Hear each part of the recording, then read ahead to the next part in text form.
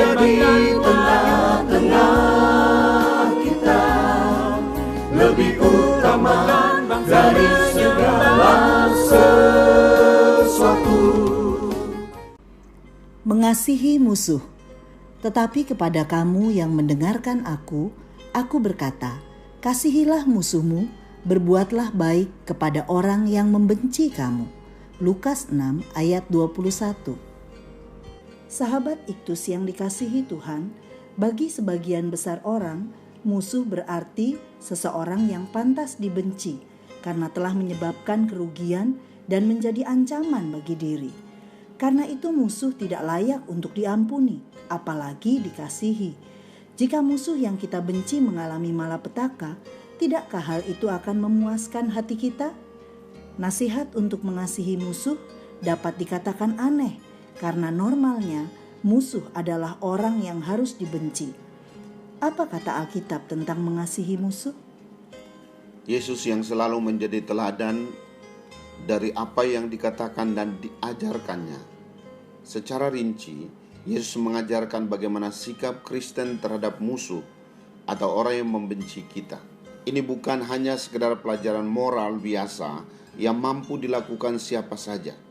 Karakter ini hanya mungkin dimunculkan dalam diri seorang yang memiliki kehidupan rohani yang baik.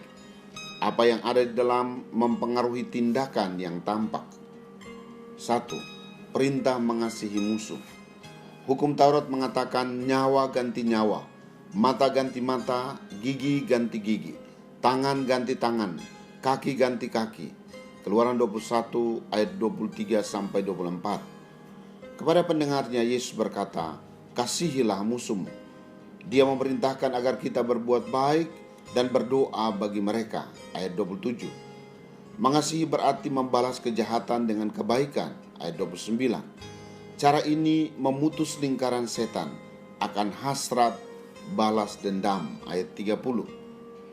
Kata kerja yang mendefinisikan musuh adalah kata membenci, mengutuk, mencaci, menampar, mengambil, dan meminta. Dari keenam kata ini barulah jelas dalam kita mendefinisikan musuh dalam konteks Lukas 6 ayat 27 sampai 36.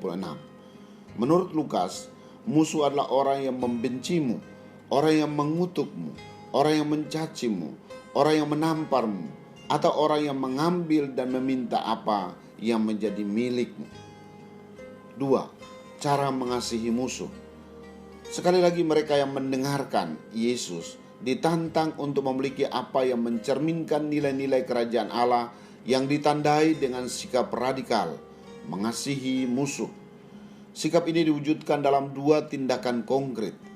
Yang pertama ialah berbuat baik, bukan sekedar pasif melainkan secara proaktif di tengah serangan dan permusuhan terhadap kita. Berbuat baik, memberkati, mendoakan, memberikan pipi yang lain, bahkan jubah dengan bajunya juga. Ayat 27b sampai 29, 33 dan 35b. Yang kedua ialah memberi atau meminjamkan dengan ikhlas tanpa mengharapkan balasan. Ayat 30, 34, 35c dan 38. Inilah implikasi dari ucapan bahagia. Pengikut Yesus dipanggil untuk tidak memperlakukan orang lain sebagai musuh. Yang Yesus minta dari murid-muridnya ialah menerima nilai-nilai yang memutarbalikkan tata cara dunia sosial mereka.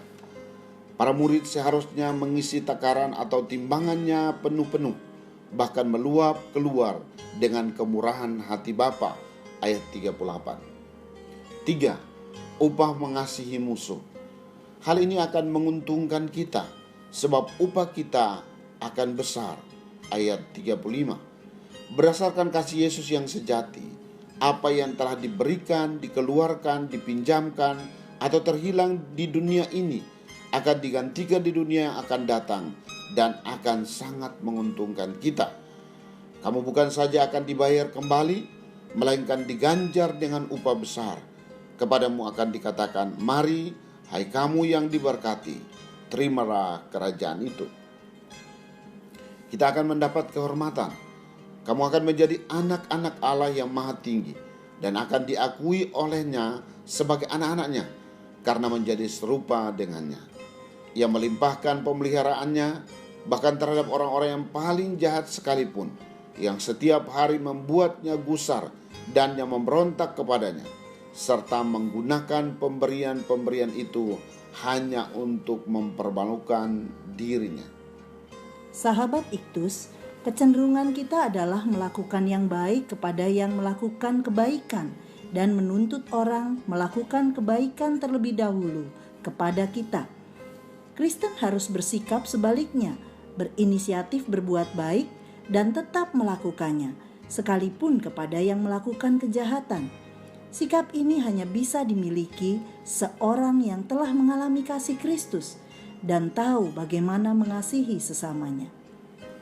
Mengasihi musuh berarti menunjukkan keprihatinan yang tulus terhadap kebaikan dan keselamatan kekal mereka. Karena saya tahu betapa dahsyatnya nasib yang menantikan mereka yang melawan Allah. Karena itu saya harus mendoakan mereka dan berupaya dengan jalan membalas kejahatan dengan kebaikan untuk membawa mereka kepada Kristus dan iman kepada Injil. Sebagaimana Yesus sudah mengasihi saya yang berdosa, dengan kasih Yesus saya mengasihi mereka yang telah berbuat jahat kepada saya. Sahabat Iktus yang dikasihi Tuhan, apakah saya menaati perintah Tuhan untuk mengasihi musuh? Dengan cara apa saya mengasihi musuh? Apa upah yang saya terima ketika saya mengasihi musuh saya? Tuhan Yesus, saya adalah musuh Allah karena dosa. Telah dikasihi dan diselamatkan melalui pengorbanan-Mu di kayu salib. Karena itu tidak ada alasan bagi saya untuk tidak mengasihi orang lain, termasuk musuh saya. Saya mau berdoa untuk mereka agar mereka mendengar Injil-Mu dan beroleh keselamatan di dalam Engkau. Pakai saya ya Tuhan untuk menjadi agen kasih-Mu yang menunjukkan kemurahan hati Bapa kepada mereka yang telah berbuat jahat kepada saya. Amin. Jikalau musuhmu lapar, berilah dia makan roti. Kristuslah yang harus ku beritakan hingga datangmu